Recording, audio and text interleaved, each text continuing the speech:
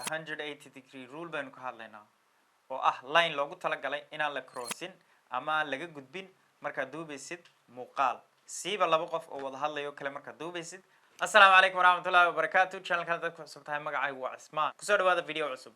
Maanta waxaan doonayaa ka hadlo line haddaad barato sida loo isticmaalo videogaaga ama waxaad samaynaysaa oo noqonaya wax tayo leh. Filmmaking-ka wixii la xiriiro oo dhan baan doonayaa channelkan kusoo gudbiyo. Marka maanta reason-ka ama waxyaaba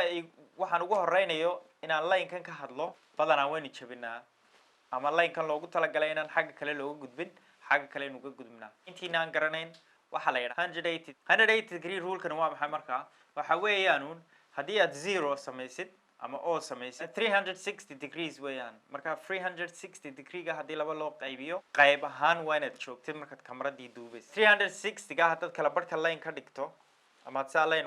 ugu jeexdo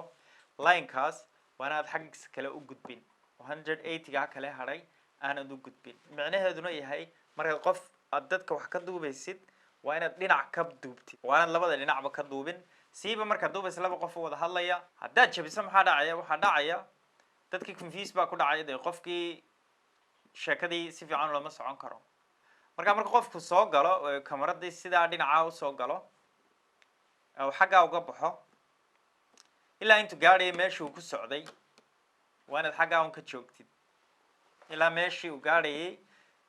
meeshii uu doonayay uu ku socday ama dukaan ha ahaato ama meel kale ha ahaato ilaa intuu gaadhayo waa inaad dhinaca ka joogtid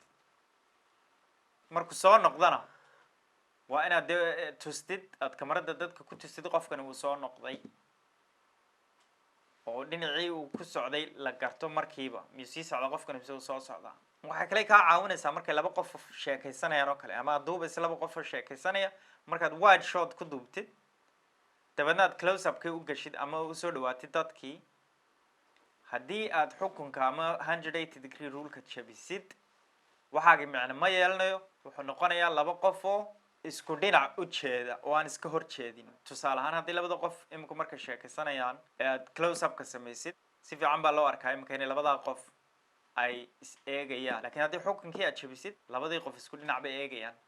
marka waxay isku jarjaraysid macno ma keenayso haddii waxyaabahan yarar aad iska saxdana muuqaalkaaga wuxuu noqonayaa muuqaal aad iyo aad u fiican oo tayo leh marka channelkan ku xidhnow channelkan waxaa ugu talagalay inaan kusoo gudbiyo waxyaabaha la xidhiidha muuqaal samaynta kamaradaha